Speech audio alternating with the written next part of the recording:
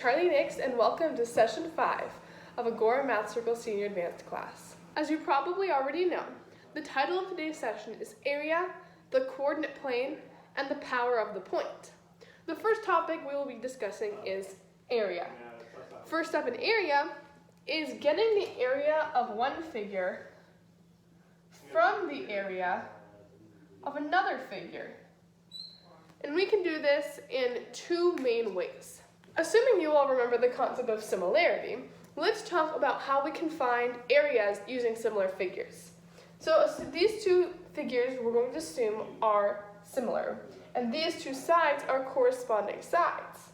Now if this side has length 6, and this side has length 3, what is the side ratio of this triangle to this triangle?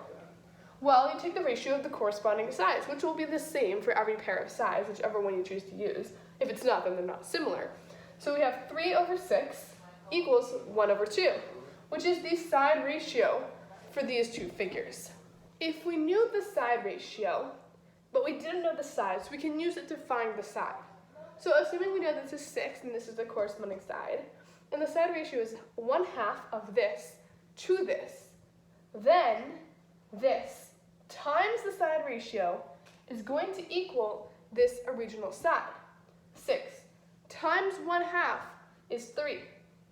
Now, we're less interested in the side ratio and more interested in the area ratio. The only reason I had to teach you about the side ratio is because we use it to find the area ratio. And the area ratio is just the side ratio squared. So the area ratio would be 1/4.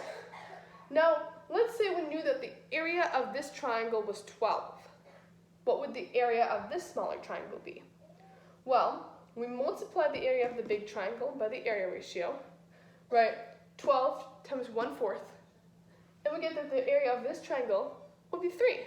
Let's take a look at a practice problem. Let's assume that these two figures are similar. Now, each of them has a circular component at the top. The ratio of the circular component here is 4. Here, it's 2. The area of this one is 8. What is the area of this one? Pause and try to figure it out. Step 1, find the side ratio. Now the side ratio isn't only sides, it's any linear measurement. And so these radii count as linear measurements and can be used to find the side ratio. Now, this is the one with the unknown, so I'm just going to label it as such. Alright, now remember, when we're finding the 2, we want to put the unknown one, when we're finding the side ratio, over the known one. So since this one's unknown, 4 over 2 is the side ratio, or 2. To get the area ratio, we simply square that. What's 2 squared? Well, it's 4. So the area ratio is 4. Now we just multiply the area ratio for the area on this one. What's 8 times 4? Well, it's 32. And that's our answer. The next way to find an area of one figure using another is with the concepts of bases and heights. I'm going to be talking about these in the context of triangles, but note that it can be applied to any parallelogram as well. Alright, so assuming we have two triangles and they have the same base, but they have different heights. Okay, and here's the height for this one, and here's the height for this one.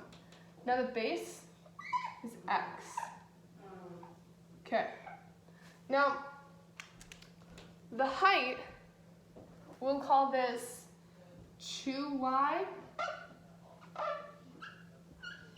and y. So this one's twice as tall as this one. Now, we know that the area of this one is 8. What's the area of this one? So, we're going to use the formula base times height over 2 equals area. Now, the base length is directly proportional to the area. Increase the base times, multiply the base times 2, and the area gets multiplied by 2. So, I've got to find the height ratios, right? Because the height is the same. It's also directly proportional to the area. Now, this is the unknown, so we want to put the unknown over the known. Y over 2y is 1/2, and that's the ratio right there of the heights. So, the areas have the same ratio. You don't square it, you just leave it at 1/2. So 8 times 1/2 is equal to 4, which is the area for this triangle. Okay, now I'm not expecting you to just take this for granted. Let's take a look and see if it works. So, let's assume that this one has an area of, I don't know, 8, again. And this one has twice the base, meaning it's going to have twice the area. So the area is going to be 16. Let's see if that's true. Let's assume y is equal to 2, and x is equal to 8. I know this isn't drawing to scale. We're going to assume this is 8 and this is 2. So then 2x is going to be 16, and y is going to be 2. Sure enough, if you apply these formulas, you get the right numbers. And this works for any numbers you plug in for x and y, so long as the first thing is true. It couldn't have plugged in 2 and 20 because they wouldn't yield the first area of 8. But if you plug in any numbers that make this true, this one will also be true. You know how to find the area of complex figures like this one. However, what we need to do in this section is take it a step further. So here we have a composite figure, and it consists of a semicircle and a rectangle. And we are given the area, and we have to use the area to find x. So the dimensions are this length is 2x, this length is x, and this length is x. And here's the semicircle. So the first thing we're going to want to do is siphon off circular segments. So this semicircle. Let's take a look at the rectangle. Pretty easy to find the area of. 2x times x is 2x squared. So, next we got to find the area of the semicircle, which is only a little bit harder. The area of a semicircle is the area of a circle, pi r squared. And then this is a semicircle, and it's half a circle over 2. Now, what is r? Well, we know that since this is a rectangle here, this length here is 2x, and so must this length be. Since this is x, this length must also total to x here. That way the whole thing totals to 2x. Now, if the diameter is x, that means that the radius is half x. So, we have pi times a half squared, which is a fourth, times x squared, which is just x squared, over 2, equals pi over 8 x squared. Now, let's look at the total area for this figure. Now, the total area is going to be, well, we can factor out an x squared, so it's 2 plus pi over 8 x squared equals this. Now, we got to divide this by this. What factor do they have in common? Well, as it turns out, we can multiply both sides by 8.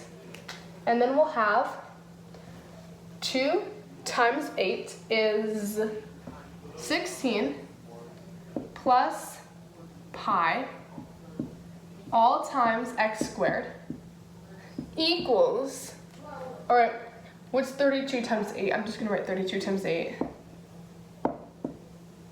plus 16 pi. Now it's time to factor. All right, what can we factor out of both of these? Well, we can factor out a 16 because 32 times 2 is 16, so we'll factor out 16 from these. Now that means that this becomes a 16 because this divided by 16 is going to be a 16, and this becomes a pi.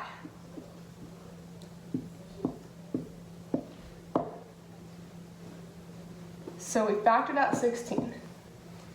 Now, we can divide both sides by 16 plus pi and get that x squared equals 16. So, x is going to equal 4. Let's test that. If this is 8 and this is 4, then in here is going to be 32. And if the radius is half of x, which is 2, we have pi times 2 squared over 2, which is 2 pi. And this is the correct area. So we have our answer, x equals 4. We finished discussing area for today. Now we're going to move on to the coordinate plane. We're obviously not going to be discussing everything there is to know about the coordinate plane. There's countless applications and nuances, and it's impossible for any one person to know them all. So today, we're going to be discussing the area and equation of a circle and how to figure out different aspects about the circle from its equation, as well as how to figure out the intersection between equations of circles and other things, particularly lines. So we're going to figure out where lines on a plane cross a given circle, or even if they cross the circle, they might not. So without further ado, let's get started. So the area formula for a circle looks like this. A number squared, it doesn't have to be a square number. If r is, say, rad 41, this could be 41 over here, equals x minus a number, or if it's 0, just x, squared, plus y minus a number. Now what do all these numbers represent? Well, r is the radius. So whatever's on this part of the equation, if this side is in this format, and this part of the equation is a number, you take the square root of that number, and that's your radius of your circle.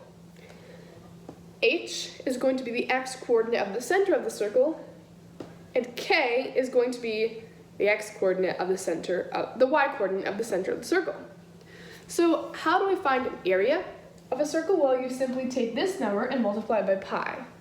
So if it was 41 over here, the area would be 41 pi. Now, the circumference of the circle is going to be twice the square root of this times pi, because the circumference is 2 pi r, right? And r is the square root of the number on the left. So, let's look at a sample circle equation. Alright, so the equation we have here is 17 equals x minus 8 squared plus y squared. Now, first let's find the radius. The radius is the square root of whatever is over here. The square root of 17 can't be simplified anymore, so our answer is simply, for the radius, square root of 17. What about the center? Well, the x coordinate of the center is going to be x minus whatever this is. So, since x minus 8, the answer is 8 for the x coordinate. If this had been x plus 8, then it would be actually subtracting negative 8. So then the x coordinate of the center would be negative 8. So let's look at y squared. Now, this is actually just saying y minus 0 squared, right? So the center is just going to be the y coordinate of 0. What do we want to be able to do with this? Well, it's very convenient that it's written already in this format. See, we don't have the luxury of having this already like this all the time. So now we're going to learn how to take a circle equation that is not in standard form and put it in standard form so we can figure out what the center and radius actually are. Okay, so the equation we're given is x squared plus 4y plus 6 equals 26 minus y squared plus 10x. So the first thing we want to do is figure out whether or not we actually can make this a circle equation. I mean, not all equations are for circles, so we have to make sure that this is indeed a circle equation. So step 1 is to put all terms that are connected to variables on the left, or on whatever side the x squared and y squared are positive, and then move all of the numbers to the other side. So, since x squared and y squared are going to be positive on this side, we're going to move all variables over here. So, we have x squared plus 4y. Alright, then we're going to move this y squared over here, plus y squared. and then plus 10x, or minus 10x, equals 20. Okay. So, the next thing we gotta do is test if it's a circle. So we look at the x squared term and the y squared term, and if they have the same coefficient, in this case it's positive 1, if they have the same coefficient, then it's a circle. Additionally, in order for it to be a circle, there has to be only x squared in x terms and y squared in y terms, no xy terms whatsoever. If this had, say, plus xy, no longer a circle. So the next step is we gotta get those square things over here, the x minus something squared and the y minus something squared. So we line up the we line up the x squared with the x term, so x squared minus 10x, leave a space, plus y squared plus 4y. Leave a space equals 20. Now, we understand completing the square, correct? So if we want x squared minus 10x to be a square, group, then this has to be negative 5, because we divide the middle term's coefficient of x by 2. So that means we have to have x minus 5 squared. Negative 5 squared is 25, so we have to add 25 right here to get that to be a square, a square quadratic. Now, if you didn't understand how we completed that square, remember, you need to go back and review completing the square from your previous classes, because in this class you'll be expected to understand basic algebraic concepts like completing the square. For this one, we have the coefficient of y becomes 2, then we square that and it becomes 4, so we have to add 4 here. But the equation is unbalanced because we just added 29 to this side and not to the other side. So we have to add that 29 over here, meaning this becomes 49. Okay, so we agreed that the x squared minus 10x plus 25 is going to become an x minus 5 squared term. Okay, so we got that out of the way. Now the y squared plus 4y plus 4 is going to be an going to be y plus 2 term squared equals 49. And now we can clearly see that the center is going to be at 5, negative 2, and the radius is going to be 7. And we did all that just by rearranging this initial equation. Let's look at the intersection between a circle and a line. So the line is y equals negative x plus 20, and the circle is y minus 2 squared plus y plus 2 squared equals 169. So for our purposes, we should just realize that 169 is 13 squared. All right, first thing is we want to put our circle in standard form, which we just learned how to do, and our line in slope-intercept form. This is why we isolate y. Next, we want to plug y in. So, plugging y in, we get negative x plus 22 squared. All right, now let's simplify.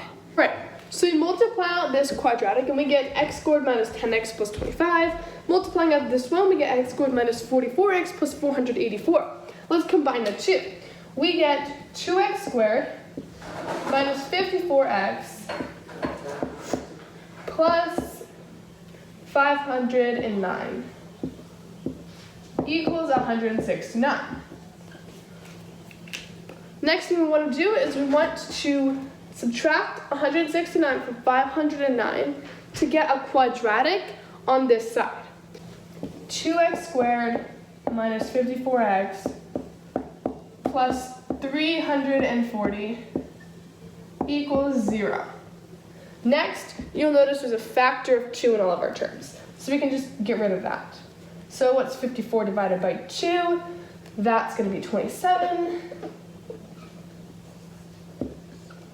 340 divided by 2 is going to be 170.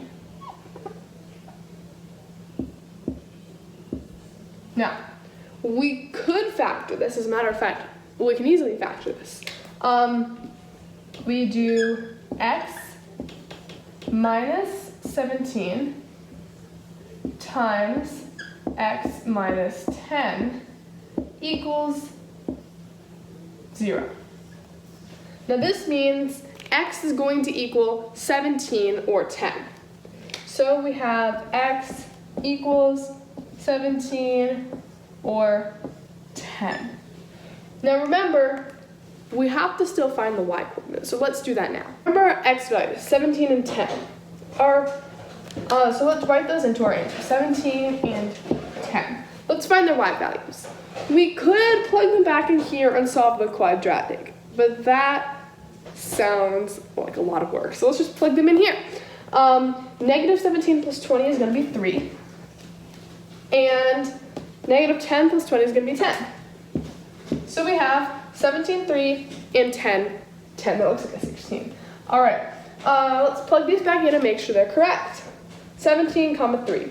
This is going to be 12 squared is 144, plus 3 plus 2 is 5 squared.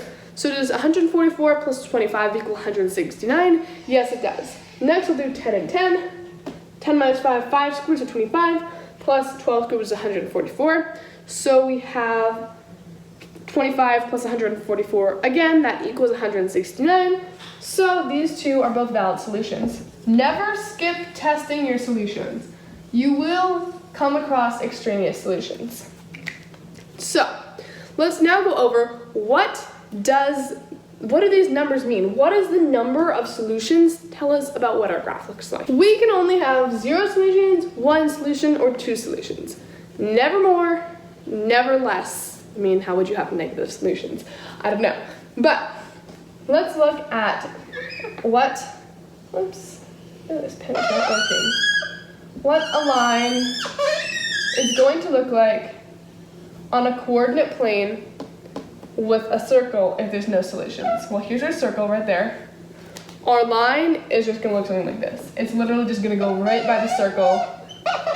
Nothing, no, it's not going to touch the circle at all. It's just going to go right by. And so there's no intersection, meaning no solutions. For 1, we got a little bit of a different story. It's going to be tangent. And we'll go over in the rest of the video what it means for something to be tangent. But that means it's going to just barely graze that circle. It's going to get it at one tiny little point, but it's not going to go into the interior of the circle at all. Just barely going to graze the exterior. 2 solutions is the most obvious one. It just goes straight through. Right? It's just going to pierce the circle, go right through the circle. And that's pretty much what we had last time.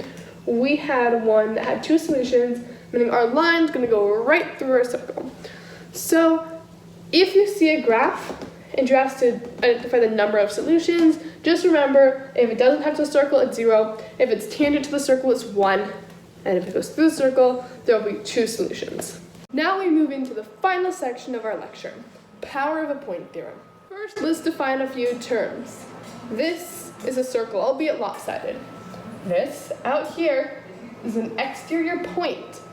Now, if the point has a ray coming out of it that is tangent to the circle, right? What does that mean to be tangent? Well, that means that it's going to be touching only one point on the circle. Additionally, it's going to be perpendicular to the radius that touches it. All right. So, assuming we have a ray coming out that's going to be tangent, right? And we form a segment using the portion between the points in the circle. This segment is called a tangent. Now, if we had another line that goes through the circle and ends on another point of the circle, this line is called a secant. All right, so the first theorem is that, imagine if we have x here, y here, and then a point, and then z here. The theorem is that x squared equals yz. All right, so say we had 6 here and 4 here. What would z be? Well, we know that 6 squared must be equal to 4 times z. 6 squared is 36. All right, so z is 36 divided by 4, which is 9. So, z is 9. And that's all there is to this power of a point theorem. However, there's quite a few more power of the point theorems, and let's go over them now. Let's assume we have 2 tangents.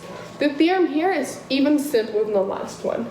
This tangent is equal to the other tangent. Both of the tangents will be equal. All right, why is this? Well, circles and points are symmetrical, right? So this semicircle is the same as this semicircle. This radius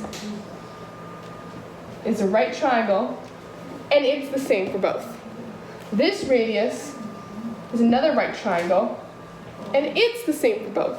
So these are radii and are congruent. Next, this line right here is congruent to itself, right? So these 2 triangles are congruent by hypotenuse-like congruence.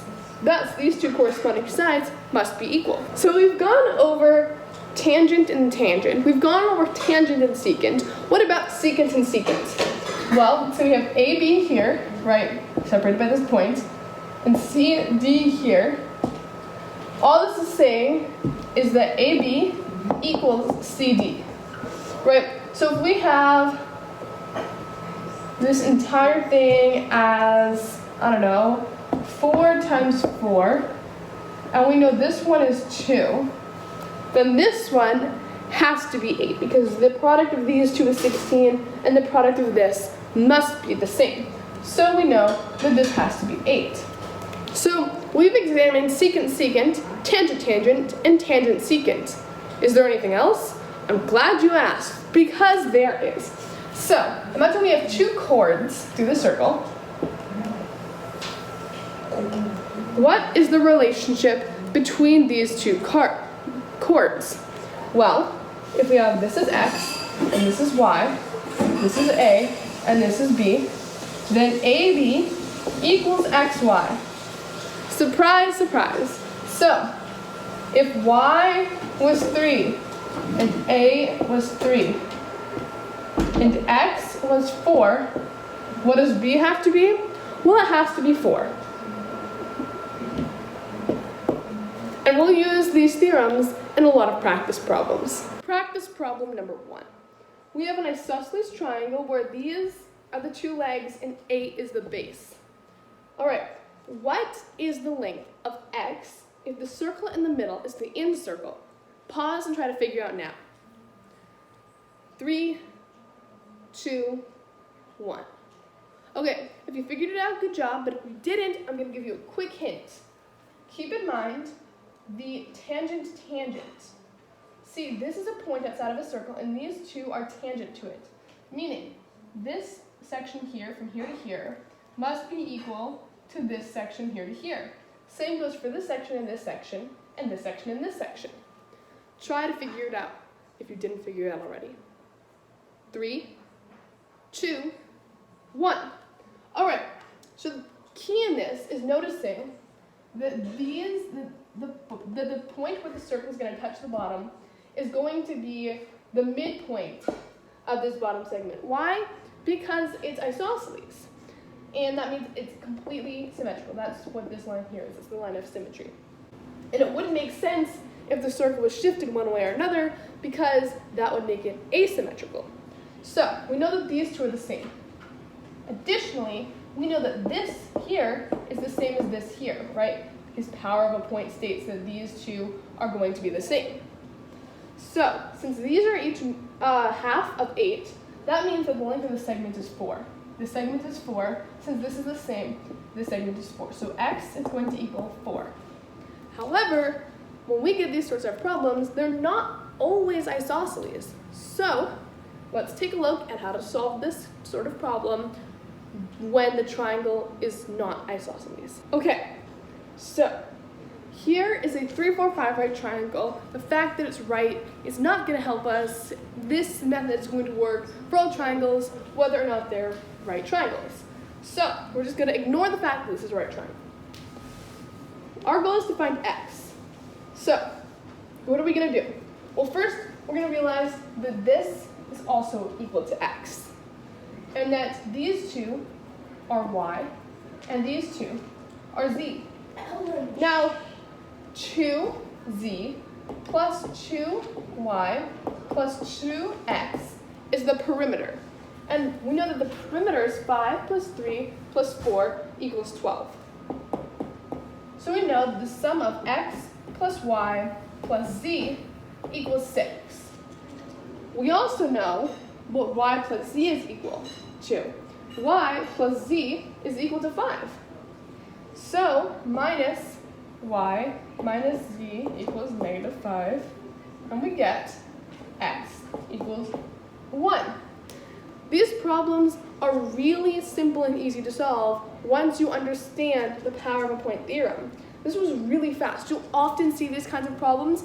This kind of problem has been on almost every ACT, AMC, AIME test I've ever taken.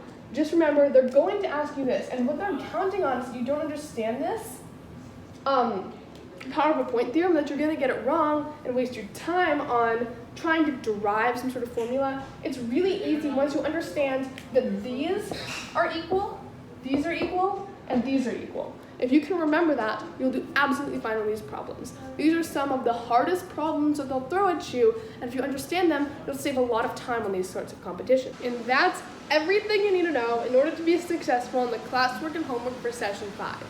If you're not an online student, I look forward to seeing you on Saturday, and if you are, I wish you luck on completing your classwork and homework. This time, I can almost guarantee you that there will be power of the point theorem. Actually, I can guarantee you that there will be power of point problems on your test. If there is a geometry problem and there are circles in it, always look for power of the point. If you can find some, try to apply the theorem as much as you possibly can. Create systems of equations, or try to find missing values. Just remember, the best thing you can do when you're solving these hard geometry problems is to look for applications of the theorems that I've taught you. Anyways, good luck and goodbye. Don't forget to subscribe and like. If you have any questions, you can email info@agoramathcircle.org or comment below and we'll reply back. Maybe. And if you want to see practice things or anything about us, you can visit our website, which is basically the end of the email but without the info and the end. So bye!